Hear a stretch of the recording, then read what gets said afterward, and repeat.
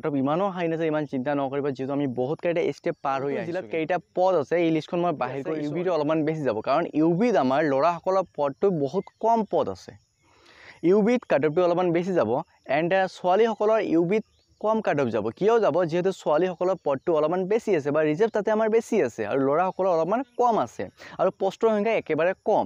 আৰু এ বিৰ ক্ষেত্ৰত ছোৱালীসকলৰ কাটঅফটো বেছি যাব, কাৰণ কিয়? যিহেতু এ বিত আকৌ আমাৰ ছোৱালীসকলৰ পদটো কম আছে, মানে ৰিজাৰ্ভটো কম আছে, এণ্ড ল'ৰাসকলৰ বেছি আছে। সেইকাৰণে ল'ৰাসকলৰ আমাৰ যিটো এ বি বেটেলিয়ন পদ আছে তাতে বহুত চান্স আছে। Morning everyone. So finally Assam পুলিচৰ ৰিজাল্ট কেতিয়া দিব, and Assam police A B U B constable driver cut off কিমান যাব পাৰে চাওক। চ' বহুতে কৈ আছে, চ' আমাৰ ৰিজাল্ট ডেট ফিক্স হৈছে নে নাই, বা আমাৰ চি এম ছাৰ মাননীয় মুখ্যমন্ত্ৰী ছাৰে স্পষ্টভাৱে যিহেতু ঘোষণা কৰিছে যে আমাৰ 10 অক্টোবৰ 2025 তাৰিখত আমাৰ এপইণ্টমেণ্ট লেটাৰ দিয়া হ'ব। তাৰ আগতে আমাৰ 5 দিন বা 10 দিনমান আগতে ৰিজাল্ট মুকলি কৰি দিয়া হ'ব। চ' তাৰ বহুত আগত ৰিজাল্ট মুকলি কৰি দিয়া হ'ব। আৰু আমাৰ কাট অফটো কিমান যাব পাৰে, বহুত চান্স আছে। যিসকলে ভাইবা দিব পাৰিছে, চ' আপোনালোকৰ বহুত এটা চান্স আছে। আৰু মই কিমান মাৰ্ক পাইছোঁ অলপমান ইয়াতে শ্বেয়াৰ কৰিম, আৰু মোৰ নামটো আহিব পাৰে নে নাই এইটো কমেণ্ট কৰি জনাব। চ' আপোনাৰ কিমান মাৰ্ক আছে আৰু কোনটো পদ আছে পাৰিলে কমেণ্ট কৰি জনাব। চ' কোনখন ডিষ্ট্ৰিক্ট হয়, এণ্ড কোনটো পদ আছে, এণ্ড কিমান মাৰ্ক আছে পাৰিলে কমেণ্ট কৰি জনাব। এতিয়া মন কৰিব, চ' আমি ফাৰ্ষ্ট টাইম ৰিজাল্টৰ ওপৰত অলপমান কথা পাতি ল'ম। চাওক, ৰিজাল্ট যিহেতু আমাৰ চি এম ছাৰ মাননীয় মুখ্যমন্ত্ৰী ছাৰে স্পষ্টভাৱে ঘোষণা কৰিছে যে আমাৰ 10 অক্টোবৰ 2025 তাৰিখত এপইণ্টমেণ্ট লেটাৰ দিয়া হ'ব। আৰু ইয়াৰ আগত মানে 5 দিন বা 10 দিন আগতহে আমাৰ ৰিজাল্টখিনি মুকলি কৰি দিয়া হ'ব।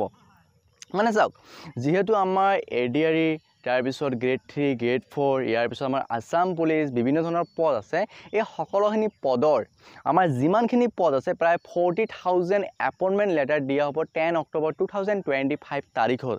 এই সকলোখিনি পদৰ আমাৰ ৰিজাল্টবিলাক ছেপ্টেম্বৰ মাহত মুকলি কৰি দিয়া হ'ব।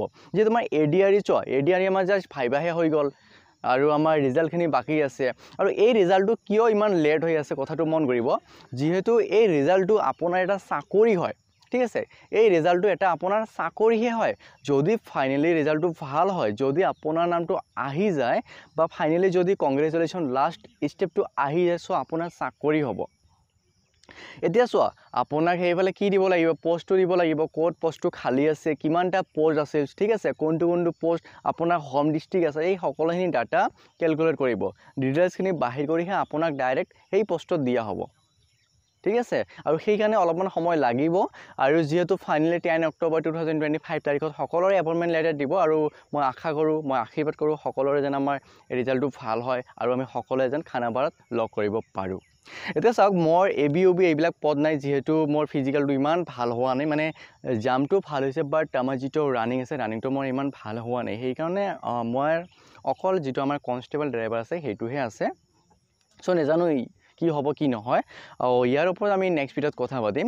চ' এতিয়া মন কৰিব, চ' আমাৰ কাট অফটো কিমান যাব পাৰে। চাওক, আমাৰ যিটো আসাম পুলিচ ইউ বি আছে, ইউ বিটো অলপমান বেছি যাব, কাৰণ ইউ বিত আমাৰ ল'ৰাসকলৰ পদটো বহুত কম পদ আছে।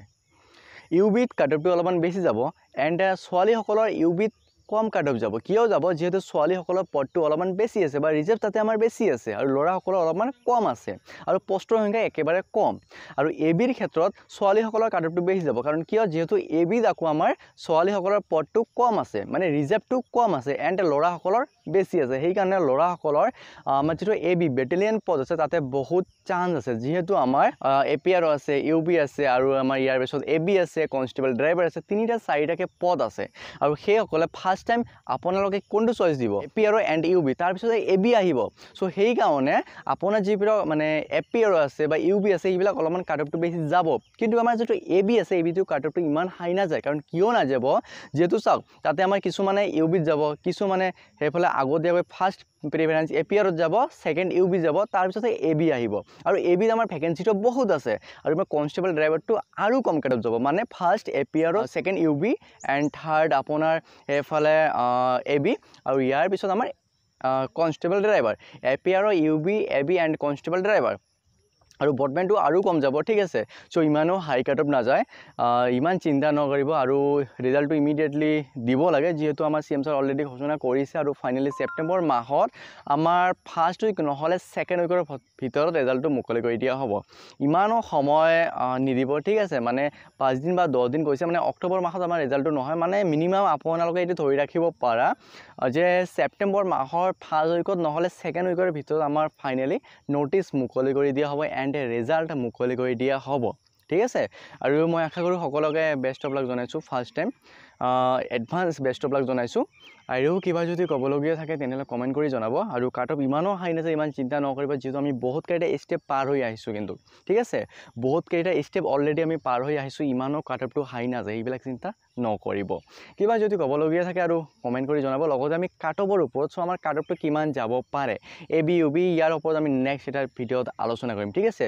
চ' মই কোনটো জিলাত কেইটা পদ আছে এই লিষ্টখন মই বাহিৰ কৰিছোঁ অলৰেডি কোনটো জিলাত কিমানটা পদ আছে ইয়াৰ ওপৰত আমি নেক্সট ভিডিঅ'ত কথা পাতিম চ' আজিৰ কাৰণে এইটো আছিল এটা গুৰুত্বপূৰ্ণ ভিডিঅ'টো যদি ভাল পালে তেনেহ'লে সকলো বন্ধু বান্ধৱীকে শ্বেয়াৰ কৰিব লগতে চেনেলটো ছাপোৰ্ট ছাবস্ক্ৰাইব এণ্ড ফ'ল' কৰিব নাপাহৰিব জয় অসম